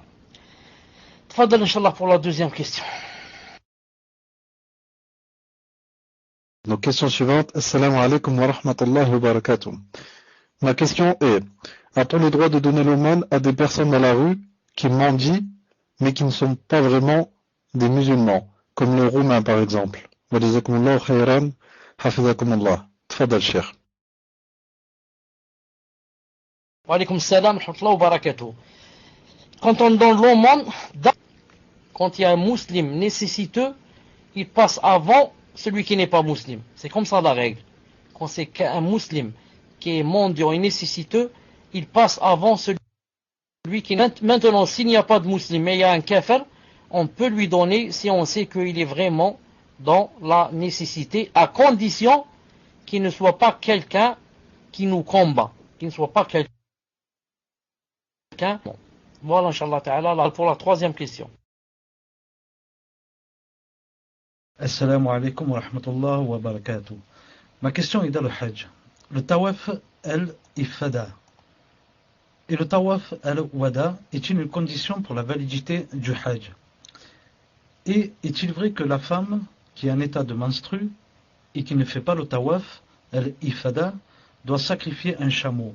Barakallahu fikum. Pour le premier, ici qui s'appelle Tawaf, attendez comment elle a dit, Tawaf al-Ifada. C'est une condition pour le Hajj. Mais j'ai jamais vu qu'il le loupé, qui devait égorger un chameau. J'ai pas entendu ça, mais je voudrais être plus sûr. Je laisse, Inch'Allah Ta'ala, la réponse pour le prochain cours. Mais, quant au Tawaf, le deuxième, qui s'appelle l'Wada, ce n'est pas obligé pour celle qui a les menstrues de le faire. Il ne devient plus obligatoire pour la femme qui a des menstrues. C'est pour elle le tawaf de l'Wada. Mais le premier, c'est une obligation. Mais le chameau là, je ne pense pas et je ne crois pas. Je sais qu'elle doit attendre jusqu'à ce qu'elle purifie pour qu'elle le fasse. Et si jamais elle va dans son pays, le tawaf là, elle reste toujours en ihram. et son mari n'a pas le droit de l'approcher jusqu'à ce qu'elle revienne faire le hajj. J'ai jamais entendu ça, mais Inch'Allah ta'ala, je lui confirme dans le prochain cours, bi'idhnillahi ta'ala. Tfadlal. Donc, question suivante. Salam alaikum wa rahmatullahi wa barakatuh. Un frère de ma ville m'a chargé de vous transmettre sa question. Ceci est une question pour notre frère bien-aimé, cher Abu Abdullah Mohamed Chalabi. Qu'Allah l'assiste dans cette vie et dans l'autre. Un frère français reconverti de 28 ans, vivant en France et souhaitant faire la hijra pour préserver sa religion, Inch'Allah, a le problème suivant. Suite au divorce civil avec son ex-épouse, une femme qui a demandé le khula religieusement et qui aujourd'hui ne prie plus, ne porte plus le hijab et vit avec un homme dans le haram, un tribunal français l'a contrainte à payer une pension alimentaire de 200 € par mois à cette femme en vue de l'entretien des enfants de leur mariage, 3 et 5 ans, dont elle a obtenu la garde principale, et ce jusqu'à ce qu'ils aient 18 ans. Si le frère ne verse plus cette somme, les autorités françaises risquent de lui faire des problèmes. Cette somme étant déjà élevée pour lui en France, et je n'ai pas la suite. Là, Ayman, on n'a pas... là où tu vois que c'est coupé sur le salon, donc elle risque donc d'être encore plus difficile à sortir lorsqu'il aura fait la hijra. Le frère n'a pas besoin d'une contrainte d'un tribunal de Kofal pour savoir qu'il doit dépenser sur ses enfants, mais il craint vraiment que cette somme soit impossible à sortir s'il part de France pour le Maroc. Quel conseil lui donnez-vous, cher? Doit-il patienter jusqu'à ce que les enfants aient 18 ans et puis il part? Peut-il se faire aider par quelqu'un résidant en France pour sortir cette somme chaque mois? Sinon, doit-il partir pour préserver sa religion, peu importe les conséquences? Barakallahu fikum. Tfadal, cher. Non, mais en fait, c'est comme il a dit pour le tribunal. L'islam me suffit. Avec Beaufort demande, comme on dit les savants, ils ont dit sauf si on est dans le besoin et que la chose qu'ils vont demander ne se contredise pas avec ce qu'il y a dans la charia. Ne se contredise pas avec ce qu'il y a dans la charia. Si le tribunal Kofar il me demande plus que je n'en peux, je lui dis Allah Ta'ala ne m'a pas demandé plus que j'en peux. Comment toi tu me demandes plus que j'en peux? Ensuite c'est très malheureux pour cette femme qui maintenant a tout quitte. Et c'est une femme dont je lirai le verset où Allah subhanahu wa ta'ala a dit Allah ta'ala a dit ces gens-là, ceux-là sont ceux que Allah subhanahu wa ta'ala n'a pas voulu purifier leur cœur. Allah ta'ala n'a pas voulu purifier le cœur de cette sœur, de cette femme, et elle s'est trouvée de l'autre côté dans Hizb. Alors elle est allée de l'autre côté, le hizb du shaitan, pour rencontrer demain Allah subhanahu wa ta'ala en colère d'elle et être en enfer avec le shaitan, na'udhu billah. Je dis, le frère doit voir comment concilier entre les deux. Comment envoyer une pension à ses enfants, pas à sa femme, à ses enfants qu'il doit nourrir jusqu'à ce qu'il soit pubère et qu'il travaille. Et comment, s'il voit qu'il a peur de sombrer, il peut faire la hijra et voir comment, payer de l'argent à quelqu'un pour qu'il paye ici pour qu'il paye, ou je ne sais pas comment il doit voir, comment qu'il doit faire, c'est à lui de voir comment faire, mais pour ne pas ne pas dépenser pour ses enfants, ni payer de coffre. Il vaut quelqu'un qui peut patienter, qui aime la foi, masha'Allah. S'il veut patienter à cause des enfants, qu'il le fasse. S'il voit que c'est difficile, etc., alors il voit comment laisser de l'argent pour les enfants et partir, sauver sa peau, et à chaque fois qu'il a de l'argent, il envoie. Quand il n'en a pas, Allah subhanahu wa ta'ala ne lui impose pas une charge qu'il ne peut pas. Wallah azza wa jal a'lam. Tfaddal. Donc, question suivante. Assalamu alaikum wa rahmatullahi wa barakatuh. Cher, je vous sollicite pour un conseil important. Qu'Allah vous accorde la réussite. Ma femme et moi vivons chez mes parents avec un bébé de 3 mois, walhamdulillah. Nous allons emménager dans environ 10 jours dans notre premier appartement. Je ne souhaite pas mettre la télévision à la maison, car vous savez que la plupart dans ce que l'on trouve dedans est illicite. Ma femme aime regarder la télévision, feuilleton ou autre. Allah al-Musta'an. C'est pourquoi j'ai décidé, Inch'Allah, de ne pas acheter de télévision dans notre futur appartement si je savais qu'elle allait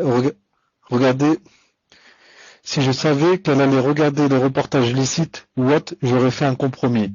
Mais là, comme je la connais, je pense que lorsque je serai au travail, elle va en profiter pour regarder tout et n'importe quoi. Wallahu a'lam. Elle m'a dit clairement que si elle n'arrivait pas à vivre dans ces conditions, qu'elle prendrait ses affaires et irait retourner chez son père.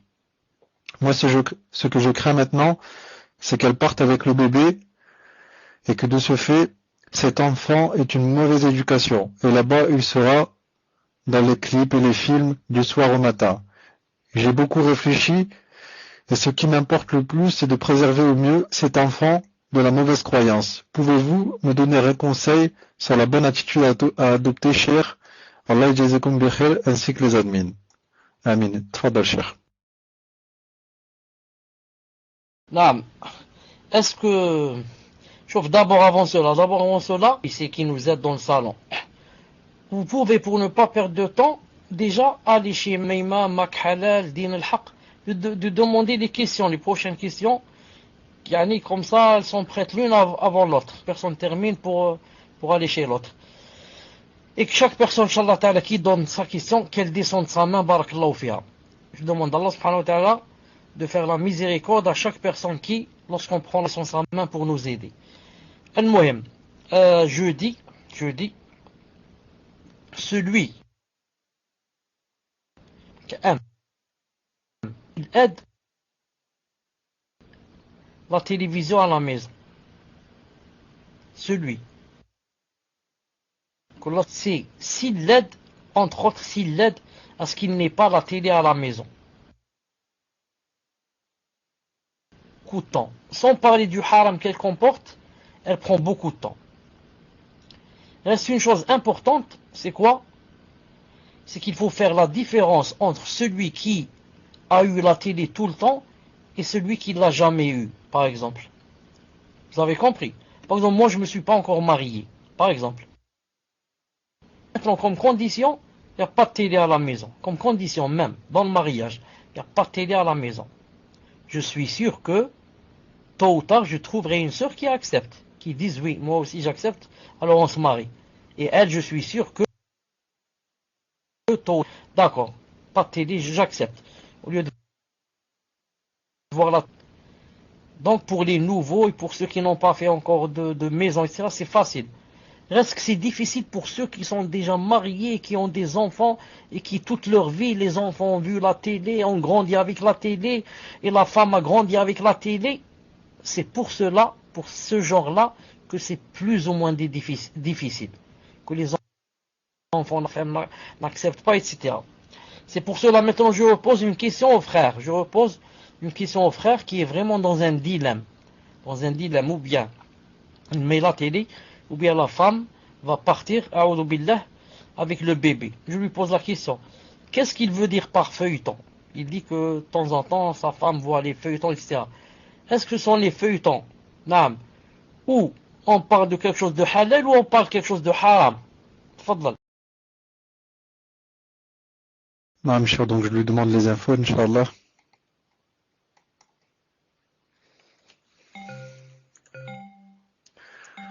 Donc, Akhi Abou Ismail, dis-nous, Inch'Allah, de quel genre de feuilleton il s'agit, Inch'Allah. Des feuilletons d'amour, cher, d'amour et autres. Et il y a des choses haram avec de la musique. Tfadal, cher. Naam, puisque c'est des choses comme ça, il ne doit pas accepter. Puisque c'est des choses comme ça, Allah subhanahu wa ta'ala préservera le bébé. Allah subhanahu wa ta'ala préservera le bébé. Ensuite, il va grandir, et chez le père, un peu chez la mère. Ensuite, il sera vraiment grand et il pourra suivre le chemin de son âme. Qu'il fasse d'abord le rappel à la femme, qu'il lui dise, voilà, si tu es sûr que tu ne vas voir que le halal, des documentaires, des reportages, des montagnes, des cieux, de la terre, des animaux, d'accord. Et si c'est j'achète une chose de haram, quitte qui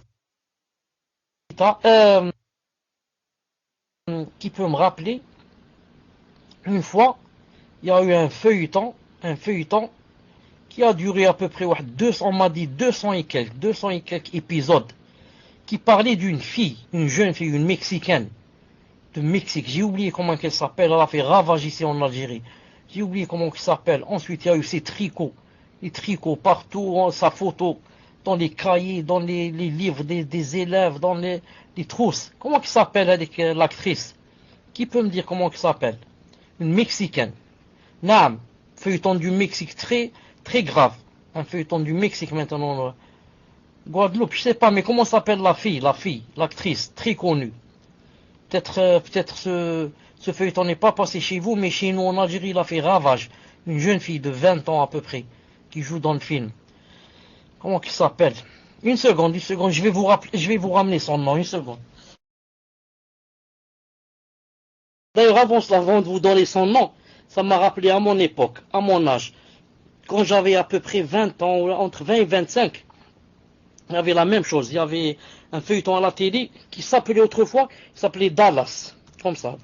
Dallas, c'est, je crois, une ville, je crois que c'est deux ailes. Une ville en Amérique, c'est connu, Dallas. Dallas, il a fait ravage. Quand j'étais jeune, je ne l'ai jamais vu, mais il a fait ravage. Le film dont je vous ai parlé il y a quelques années, il a fait ravage ici en Algérie, qui parle d'une jeune fille, il s'appelle comme ça. Je vais vous l'écrire. Chez vous, peut-être, vous l'avez jamais vu, c'est pour ça que vous n'avez pas trouvé. Il s'appelle Cassandra, comme ça, Cassandra. Subhanallah, une jeune fille de 20, 22, 25 à peu près, je ne l'ai jamais vue, mais on m'a raconté. Quand ce film jouait en Algérie, il jouait 2 ou 3 fois par semaine. Quand il jouait, tout fermé. Les cafés fermés, les magasins fermés, sauf bien sûr quelques-uns qui restaient ouverts pour travailler. Tout le monde fermé pour aller voir ce feuilleton d'une Mexicaine qui était habillée, je crois, en mini-jupe ou quelque chose comme ça, et qui chantait, dansait et faisait astaghfirullah, je ne sais pas quoi. Au point où quelqu'un m'a raconté, un ami. J'ai un ami ici qui est un akh, mashallah. Il travaille dans une quincaillerie. Il vend, la quincaillerie ne lui appartient pas, mais il vend chez quelqu'un. Il vend chez quelqu'un qui vend de la quincaillerie. Il m'a dit une fois, quand il y avait ce feuilleton de Cassandra, il m'a dit, un vieux est rentré chez moi pour acheter je ne sais pas quoi, du plâtre ou je ne sais pas quoi.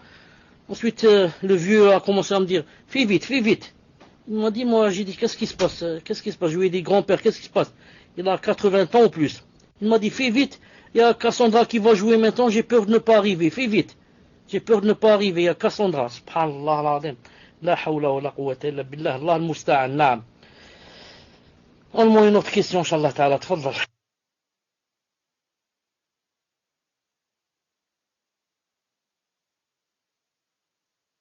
Je profite ici peu. Il y a une fatwa de Cheikh Ibn Uthaymin rahimahullah qui divise la télé en 3. La télé dit, il y a ce qui est halal, il y a ce qui est haram, et il y a ce qui est au milieu. Il dit ce qui est comme les doros, les animaux, il a dit ce qui est haram, c'est haram de le voir. Et ce qui est au milieu, contient pas de haram, mais de la perte du temps, il a dit il vaut mieux s'en éloigner. Mais moi je dis, le meilleur de nous, c'est celui qui n'a pas la télé. Le meilleur de nous, c'est qui dit comme ça, même si moi je l'ai, je dis le meilleur d'entre nous, c'est celui qui ne l'a pas. Naam. Tfadal. Question suivante, question d'une sœur. Assalamu alaikum wa rahmatullahi wa barakatuh, cher. Qu'Allah vous récompense pour tout ce savoir que vous nous transmettez. et j'aimerais savoir le statut de l'aumône donnée à un non-musulman dans différents cas. Lorsqu'elle est donnée à un proche, parent non-croyant, est-ce licite? Lorsqu'elle est donnée à un pauvre dans la rue dont on devine un mauvais comportement, comme le fait qu'il boit de l'alcool. Lorsqu'elle est donnée à des non-musulmans, alors que rien ne laisse deviner dans son apparence ou dans mon apparence que je suis musulmane. Par exemple, si la sœur n'est pas voilée ou que le frère ne porte pas la sunna. Barakallahu fikum. Donc je vous copie-colle les différents cas, cher. Je pense pas que vous allez tout retenir. Tfadal, cher. Wa alaykoum salam wa rahmatullahi wa barakatuh. Donc, si on donne la zakat, si on donne l'aumône à un non-musulman et on lui a donné parce qu'il est parent, c'est permis car on lui a donné car il est parent et non pas non-croyant. Car quand on a un parent qui est dans la nécessité, on a quoi? Il a deux droits envers nous. Le fait d'être proche et le fait d'être dans la nécessité. Donc si on la donne à un parent, même s'il est non-croyant et qu'il est dans la nécessité, on a fait deux choses bid'Allah ta'ala. À condition que ce non-croyant ne soit pas en guerre contre les musulmans, comme disent les savants. Ils disent qu'il ne soit pas quelqu'un qui fasse la guerre à l'islam et aux musulmans. Ensuite, pour le deuxième cas, lorsqu'elle est donnée à des non-musulmans, lorsqu'elle est donnée à un pauvre dans la rue dont on devine un mauvais comportement, comme le fait qu'il boit de l'alcool, et lorsqu'elle est donnée, quand on la donne à quelqu'un qui boit de l'alcool, de préférence on ne lui donne pas. On ne lui donne pas, pourquoi? Car on ne sait pas qu'est-ce qu'il va faire avec et que peut-être il va boire de l'alcool avec, surtout si c'est un alcoolique. Ou alors si c'est un drogué. C'est sûr qu'il va la prendre pour aller quoi? Se droguer. Mais si par contre, on la donne à sa famille, ça se fait. À sa famille, ça se fait. Ou alors on lui achète des choses pour qu'il donne à sa famille. On lui achète un peu de ravitaillement, un peu de viande, un peu. Comme ça, oui. Mais la lui donner comme ça. Et on n'est pas sûr qu'est-ce qu'il va faire avec. Surtout qu'il est connu. Pour être quelqu'un qui boit de l'alcool et qui drogue, il vaut mieux ne pas lui donner bi'idhnillahi ta'ala. Et la troisième, il a dit dans le troisième cas, je suis musulman, donné à des non-musulmans alors que rien ne se devenu dans mon approche, je suis musulman. Par exemple, si la sœur n'est pas voilée, que le frère ne porte pas la sunna, j'ai pas compris. Parce qu'il y a un pauvre dans la rue dont on devine un mauvais comportement. Allah l'ikhlas. Et lorsqu'il est donné à des non-musulmans, alors que rien ne laisse deviner dans son apparence que je suis musulman ou pas, nous, quand on veut donner l'aumône, on essaie, Inch'Allah ta'ala, de faire des efforts pour la placer dans la main convenable. Vous m'entendez? On essaie de faire des efforts pour la placer dans la main convenable. Si on a fait des efforts pour la placer dans la main convenable, et elle est tombée dans une mauvaise main, Allah Ta'ala nous donne la récompense, comme le hadith que vous connaissez, celui qui a donné la zakat à une fornicatrice, celui qui a donné la zakat à un voleur, et celui qui a donné la zakat à un riche. Et Allah Ta'ala a accepté, il a dit, peut-être que le riche va méditer, il va dire comment, les pauvres maintenant me donnent, et la fornicatrice, peut-être qu'elle va arrêter, et le voleur, peut-être que lui aussi, il va arrêter de voler. Mais on fait des efforts pour la donner à quelqu'un qui apparemment la mérite bi'idhnillahi ta'ala. Naam, tfadlal. Question suivante, question d'un frère. Assalamu alaikum, cher.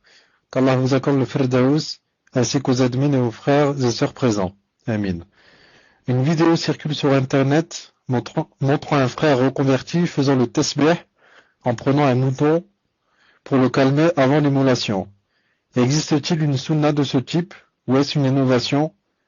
Barakallahu fikum, jazakumullahu khayran, ainsi qu'aux admins.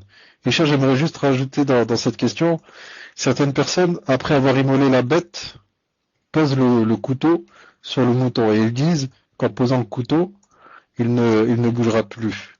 Est-ce que ça fait partie du shirk? que de donner un pouvoir à un couteau tel que cela. Tfadal Cheikh.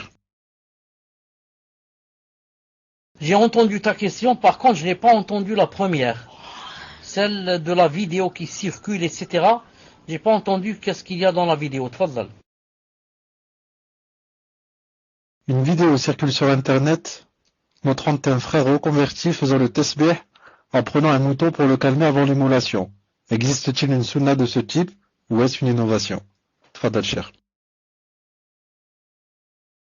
Est-ce que tu veux dire que avant de l'égorger, il a commencé à dire Subhanallah, Subhanallah, Subhanallah. Il a commencé à dire Subhanallah, Subhanallah, Subhanallah. Est-ce que c'est ça? Muslim, j'attends ta réponse. J'ai ouvert le PV au frère. J'attends qu'il me réponde, Inch'Allah, au PV.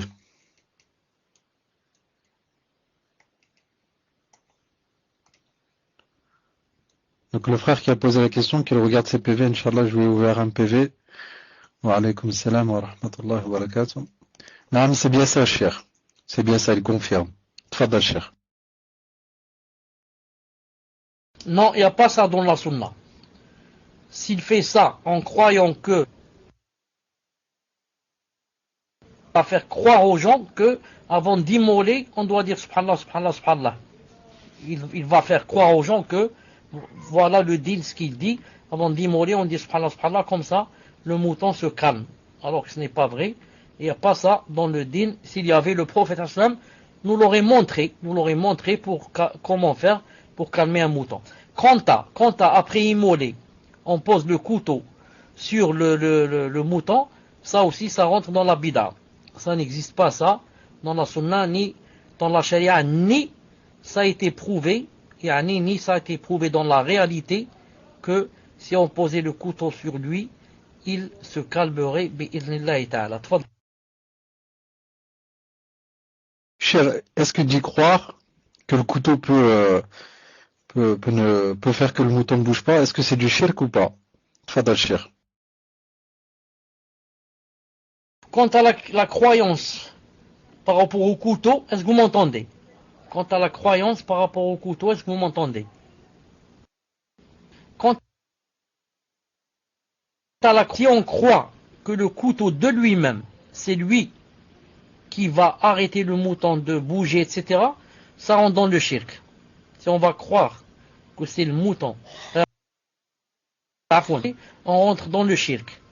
Mais si on va croire que le fait de poser du fer, car le couteau est en fer, le fait de poser du fer sur le mouton, ça a une influence sur son sang ou sur ses veines ou je ne sais pas, sur les nerfs, et que ça peut l'arrêter, ça c'est autre chose. C'est un peu comme maintenant on dit que quand quelqu'un par exemple a l'épilepsie, tombe par terre, que si on lui met quelque chose qui est en fer dans sa main, comme une clé ou un bracelet ou n'importe quoi, que ça le calme.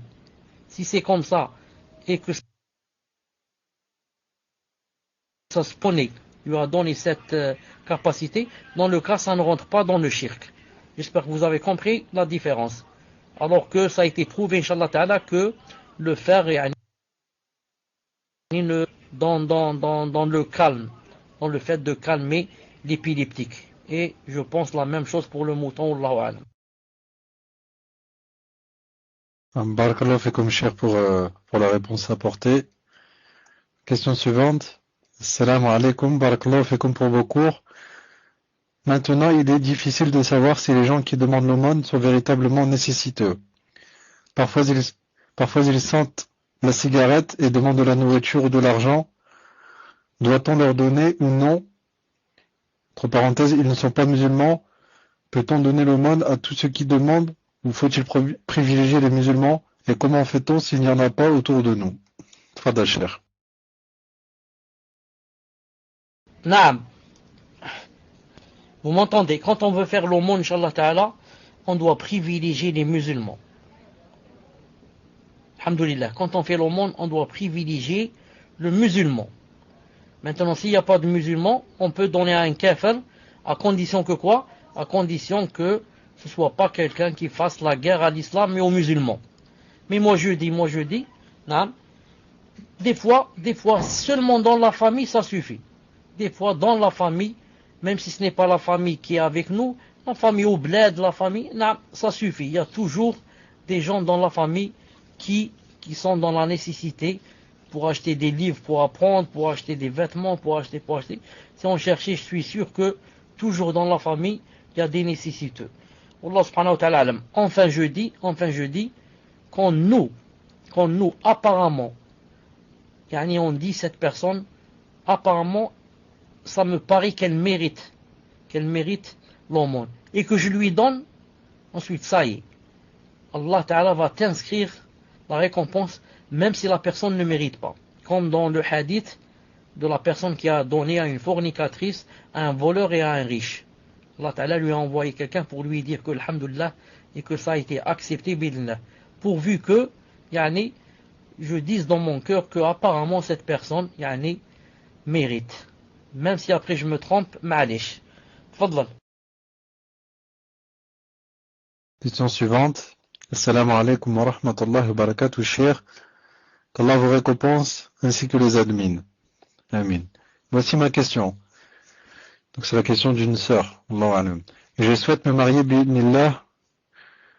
C'est un frère. Je souhaite me marier bi'idhnillah. Pour cela, une sœur m'a présenté un frère. Non, donc c'est la question d'une sœur. Je souhaite me marier bi'idhnillah. Pour cela, une sœur m'a présenté un frère. Nous nous sommes posé nos questions par mail, car je n'avais que cette solution. Je ne sais pas si c'est halal, mais nous avons toujours eu un vocabulaire décent. Le frère et moi-même, nous voulons donc nous voir, bien sûr, selon le Coran et la Sunna. Je voulais savoir s'il est halal que je dise à mon frère de m'accompagner sans que mon père soit au courant. Ensuite, si le frère souhaite demander ma main et que moi je suis consentante, là enfin mon frère en parlera à mon père pour demander l'accord de mon wali. Est-ce licite? Barakallahu fikum. Tfadal Cheikh. J'ai dit par rapport à l'aumône, quand on la donne à un kafir, si c'est avec l'intention que c'est pour l'attirer vers l'islam, c'est permis. Car la zakat al-mal, on peut la donner aussi à un kafir, si c'est dans l'intention de l'attirer vers l'islam. Donc vous aussi, si jamais vous donnez à un kafir, un voisin, un kafir, ou vous lui donnez de l'aumône, donnez-lui avec l'intention que c'est pour l'attirer vers l'islam. Si vous voyez qu'il a des penchants, etc., vous pouvez lui donner de l'argent et même la zakat pour l'attirer, lui faire da'wa, Inch'Allah ta'ala. Quant à la sœur, ce qu'elle a fait en correspondant avec le prétendant par email, elle a fait une faute. Elle devrait demander pardon à Allah subhanahu wa ta'ala et se repentir. Et lui aussi, il devrait demander pardon à Allah subhanahu wa ta'ala et se repentir. Quant à son frère, elle peut l'emmener pour aller rencontrer le frère, car son frère est un mahram. Son frère est un mahram. Ensuite, s'il voit qu'il y a affinité, elle fait rentrer le père, Inch'Allah ta'ala, pour officialiser. Non, mes chers, je ne savais pas si ça avait coupé ou si vous aviez fini la réponse. Alhamdulillah. Donc, question suivante. Assalamu alaikum, cher. Qu'Allah vous fasse miséricorde, ainsi qu'aux admins. Amin. Une sœur demande.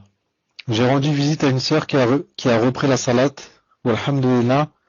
Le problème, c'est que je me suis aperçu qu'elle a prié avec du vernis à ongles. Sur le coup, je n'ai pas osé lui dire, car d'une, je ne sais pas s'il y a divergence sur la question, même si pour moi, cela me paraît évident qu'avec du vernis, l'eau ne glissera sur les ongles, ne glissera pas sur les ongles. Et de deux, j'ai peur de mal m'y prendre et lui faire redélaisser la salate. Ma question est la suivante. Y a-t-il divergence sur le fait de retirer le vernis avant de faire les ablutions et comment m'y prendre avec la sœur sans la faire fuir? Barakallahu fikum. Tfadal Cheikh. Naam. Alaykoum salam, wa barakatuh. Comme elle a dit ici, pour ne pas la faire fuir, etc., il faudrait que, quand elle la recontacte, qu'elle lui dise pour ce qui va venir, pas pour ce qui est passé. Elle va pas lui dire, voilà, tu as déjà prié avec ça, donc refais les salades que tu as faites, sinon elle va quitter. Mais elle lui dit que, voilà, l'autre fois j'ai remarqué que tu priais avec le vernis, et le vernis, si tu lui dis comme ça, tu lui dis si tu as fait les ablutions avant le vernis, il n'y a pas de problème, mais si tu as fait les ablutions après le vernis sans l'avoir enlevé, les ablutions sont fausses, mais je te dis pas de refaire les salades que tu as faites, mais je te dis attention à l'avenir, pour que ta salade soit acceptée, car peut-être qu'elle ne sait pas, et si tu ne vas pas lui dire, elle va rester toujours dans l'erreur. Donc, profite de faire deux choses. La première, de lui dire, et la deuxième, de ne pas lui dire de rattraper les salades passées pour ne pas la faire fuir. Mais dis-lui que c'est pour l'avenir, Inch'Allah Ta'ala. Tfadlal. Donc la sœur aura compris, Inch'Allah, Allahu A'lam, qu'il n'y a pas de divergence là-dessus. Donc question suivante. Salam alaikum wa rahmatullahi wa barakatuh. Nous est-il autorisé de mettre de l'argent de côté et même se priver sur certaines choses dans le but de faire la hijra ou de faire ce hajj, car je n'ai pas compris le passage qui parlait de cela? Et est-il de la sunna de faire des réserves de nourriture pour quelques semaines par exemple? Allah jazakum pour tout ce que vous nous apportez, ainsi qu'aux admins. Amin. Tfaddal Cheikh. أعد سؤال بارك الله فيك. إذا كان ممكنا أعد سؤال بارك الله فيك. Non, Michel, il n'y a pas de problème, Inch'Allah. Donc je répète, salam alaikum wa rahmatullahi wa barakatuh. Nous est-il autorisé de mettre de l'argent de côté et même se priver sur certaines choses dans le but de faire la hijra ou de faire son hajj, car je n'ai pas compris le passage qui parlait de cela? Et est-il de la sunna de faire des réserves de nourriture pour quelques semaines par exemple? Allah jazakum pour tout ce que vous nous apportez ainsi qu'aux admins. Tfaddal Cheikh. Naam, c'est permis en islam de faire des provisions, c'est permis aussi de faire des calculs pour l'avenir. Tout que ça ait rapport, cacher un peu d'argent pour faire la hijra, cacher de l'argent pour faire le hajj, cacher de l'argent pour se préserver. Le prophète sallallahu alayhi wa sallam lui-même, il faisait des provisions de date pour une année, quand il vendait les dattiers Khaybar, il crachait pour une année. Moi, ce que je parlais, c'est de ceux qui font, qui exagèrent dans cette chose-là pour la dunya. La dunya, il a peur au point de faire les calculs, il prend de la calculatrice, il doit cacher ceci, faire cela. Le prophète sallam a dit à Asma, il lui a dit, le hadith se trouve dans Sahih Bukhari, il lui a dit ne fais pas de calcul, sinon Allah subhanahu wa ta'ala te fera des calculs. Ne fais pas de calcul, sinon Allah ta'ala va te faire des calculs. Quand toi tu fais des calculs pour savoir ce que tu laisses, ce que tu donnes, Allah ta'ala va commencer alors à te faire des calculs et il va te donner avec des, comme on dit, avec des pères et des calculs pour par exemple les pauvres, pour le din, le hajj, mais comme ça pour manger, pour boire, pour s'habiller, pour ce que je fais demain, ce que je fais après-demain, etc. Là, mais il va se priver, il va lui-même se priver de beaucoup de choses et ne pas manger, ne pas boire et serrer la ceinture. Et peut-être qu'il meurt, et il meurt, comme j'ai dit tout à l'heure, en ayant toujours faim. Mais je reviens jeudi, si on cache un peu d'argent pour l'avenir, pour ceci, pour un projet, pour tout cela est permis, je parlais des exagérateurs qui, comme j'ai dit tout à l'heure, pour manger une tablette de chocolat, ils vont faire un plan. Comment je vais faire pour manger une tablette de chocolat. Je voulais dire le hadith de la fois passée sur Wasmo. Le hadith où il est dit que les djinns et les ins entendent. Et est-ce que vous êtes prêts à ce que d'abord avant cela, dites-moi si le frère qui a posé la question dans la tombe, est-ce que les djinns seulement la personne n'est pas là. La personne n'est pas là. Subhanallah al-Azim. C'est ajib qu'elle soit pas là. Et est-ce que la personne qui m'a envoyé le mail, la sœur qui m'a envoyé le mail, qui a à peu près le même problème, est-ce qu'elle est présente? Donne-moi une question de temps de la sœur ou du frère. Tfadal. Ok, cher. Donc, je vous donne la question suivante. Question d'un frère. Assalamu alaikum wa rahmatullahi wa barakatuh. Cher, je voudrais savoir s'il faut les ablutions pour toucher et lire le Coran quand il est en français et en arabe. Peut-on dire que c'est un mushaf? Barakallahu fikum. Tfadal, cher. Naam, j'ai dit que le mushaf c'est seulement en arabe. C'est pour ça que le mushaf, le Coran, c'est interdit d'écrire sur lui même des choses qui ont rapport avec le din. Par exemple, il y a un mot que tu comprends pas. Par exemple, je ne sais pas, Qul huwa Allahu ahad, Allahu samad. Samad, qu'est-ce que ça veut dire? Ça veut dire celui envers lequel on va lorsqu'on a des besoins. Tu peux pas, par exemple, écrire devant samad, celui envers lequel on va quand on a besoin, etc. Tu peux pas dans le Coran. On ne doit laisser que le Coran. C'est pour ça que maintenant, quand c'est arabe et en français, il n'a plus le titre de Coran. Le Cheikh Ibn Uthaymin a dit, on voit qu'est-ce qu'il y a de plus dans ce livre arabe-français. Est-ce qu'il y a le Coran qui est plus ou la traduction? Je ne sais pas si vous comprenez, il y a plus en français dans le livre ou plus en arabe. Il a dit, s'il y a plus en français, on doit dire que celui-là, c'est un livre de français, même s'il contient de l'arabe. S'il y a plus d'arabe, on dit c'est un livre d'arabe. Donc je dis, Allahu Alam, pour le Coran qui est arabe-français, le mieux serait d'être dans les ablutions, mais ce n'est pas une obligation. Ce n'est pas une obligation. Pourquoi? Car c'est pas un mushaf. Mais si quelqu'un comme ça voudrait faire par exemple le tayammum comme ça, sur la faïence ou sur le mur ou la juste, et s'essuyer le visage et les mains pour le lire, Inch'Allah Ta'ala, qu'il n'y aura pas de problème. Tfadlal. Non, par contre, cher, si la personne prend le Coran arabe-français avec l'intention de le lire uniquement en arabe, est-ce que ça change ou pas, selon l'intention? Tfadal, cher. Oui, ça change selon l'intention, parce que dans ce cas, ce livre-là contient tout le Coran, c'est ça le problème. Tout ce qu'il y a dans le Coran, il y a dans ce livre. C'est ça la différence entre un livre qui contient seulement quelques versets expliqués en français et un livre qui contient tout le Coran. Donc tout le Coran est là devant toi dans ce livre. Vous avez compris? Même s'il y a à droite ou à gauche, il y a le français, mais il y a tout le Coran. C'est ça le problème. C'est pour ça que, comme j'ai dit tout à l'heure, si quelqu'un voulait faire les ablutions, ou du moins le tayammum, il sortirait, Inch'Allah Ta'ala, des ikhtilaf.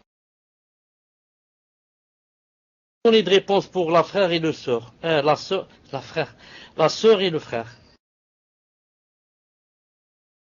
Naam, Akh Mohammed ou Ibn Mustafa, est-ce que la personne qui a envoyé le mail au cheikh s'était manifestée ou pas?